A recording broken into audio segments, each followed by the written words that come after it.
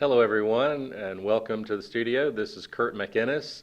I am an assistant professor in the English department here at Chipola College, and today we have with us poet Sean O. Smith. Welcome, Sean. Glad to have you here.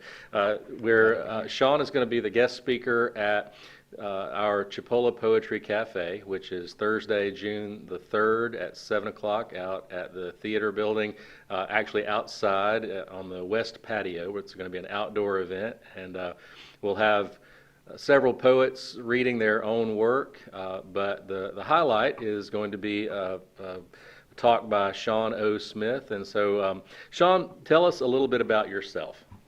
Well, I pride myself in being a servant of God first.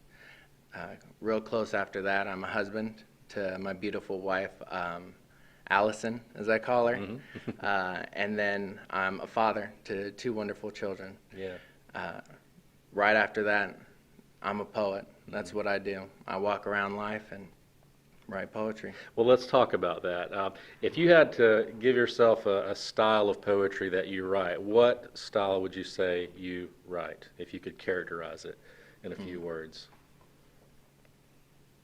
I don't have style. Okay. I just, what inspires me, what comes to mind, that's what I end up writing.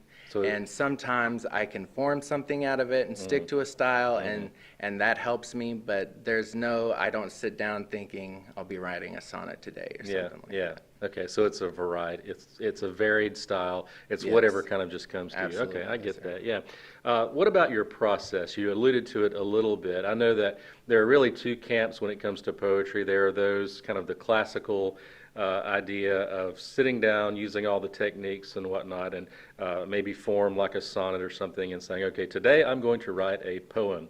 And then there's the other end of the spectrum of poets who are more, we might say, romantic, and that they wait for the inspiration to come, and then whatever flows out of that, that's what they write down. Which side of that spectrum are you closer to, would you say?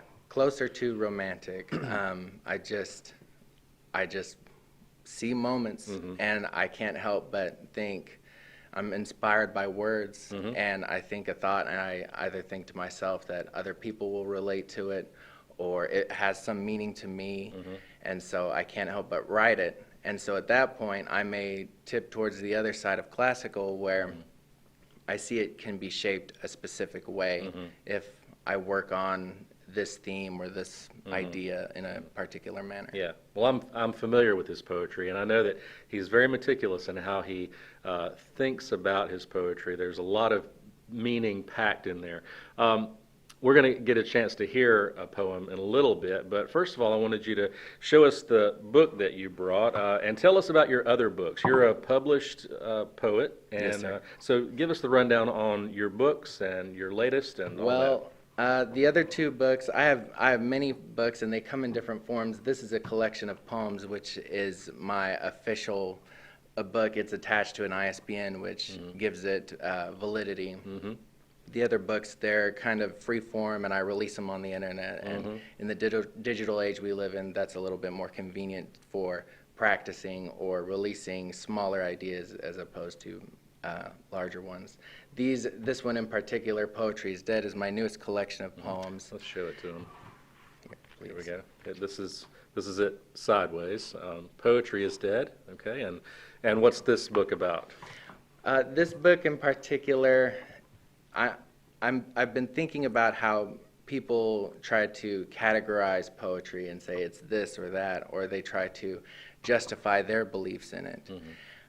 For me, poetry is what it is to you as an individual, both as reading and writing. So it's a statement that you're supposed to confront yourself as opposed to think what I'm saying. That's very interesting. Do you have a favorite poet? Just thinking about poetry in general, who do you look to for inspiration, or who do you just like to read, or is there a famous poem or poet that you have gravitated to over the years? It's difficult to say. It's okay if you don't have one. Well, I have to go with myself on this Okay. one. I'm sorry, because I read so much of my poetry over and over again that it's helped me hold myself accountable and become a better person in that manner. And the other poets that I'm inspired by and that I really appreciate, they are able to they're able to help me be the poet that I am. But when I read poetry, the deepest appreciation I get is when I read my own. Okay, so it speaks to you, speak to yourself in a Right, way. right. Yeah. So what do you think of the state of poetry today? I mean, there have been times in history when families sat around the fireside reading poetry to each other, or it was printed in newspapers. We're not in that world anymore. What would you say is the state of poetry today? At one point, poets would even go on tour and they would read their poems to live audiences as well. Compared to today, poetry may be technically dead. It may be gone because that just isn't heard of anymore. It's more local. It's between individuals as opposed to larger scale sharing. You know, that's a good segue into kind of what we do. This is not the first time Sean O. Smith and I have met. We've been working together as partners in poetry for the past 2 years. We put out these little booklets, these little quarterlies every quarter called Grassroots. We're part of a group together called Grassroots, and we put out this booklet called Grassroots that hopefully is trying to help poetry not be dead. But do you want to answer why we do this? I mean, we do this to keep poetry alive in its own form, even with these larger scale publishers who you can submit your poems to. You're waiting these long deadlines to get a word back that they've even read it. In some cases, you're paying. You're paying to have your poetry read. Yeah. I feel we wanted to create a space where you can just submit it and know that we'd accept it for what it is within some reasonable stipulations. Yeah. But other than that, we publish what comes to us. Yeah, that's right. To give people a voice for their poetry. Absolutely. Well, thank you for being with us today. This has been very enlightening. Can you give us a taste maybe of what your talk is going to include at the Chipola Poetry Cafe on June the 3rd? I think it will be focused on what poetry is. Okay, all right. That's good enough. I Yeah. mean, we don't want to steal your thunder. Okay, all right. Well, will you Yeah. finish by reading us a poem today? Absolutely. Yeah, thank you. Love to.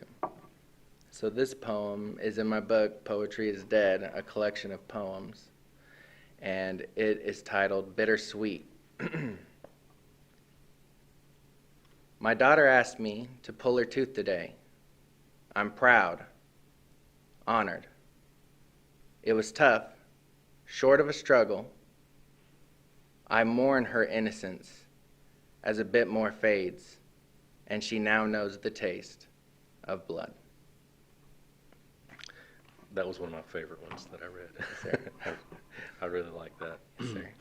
Well, thank you for being with us today. Thank you for Appreciate having it. me. Appreciate and, you. We hope everybody will come out to the Chipola Poetry Cafe again. It is Thursday, June the 3rd at 7 p.m. at the West Patio of the Cultural Arts Center here, the big theater building out across from the pond. And it's going to be a beautiful event, and hopefully we'll have good weather tomorrow night, and you're all invited. Thank you.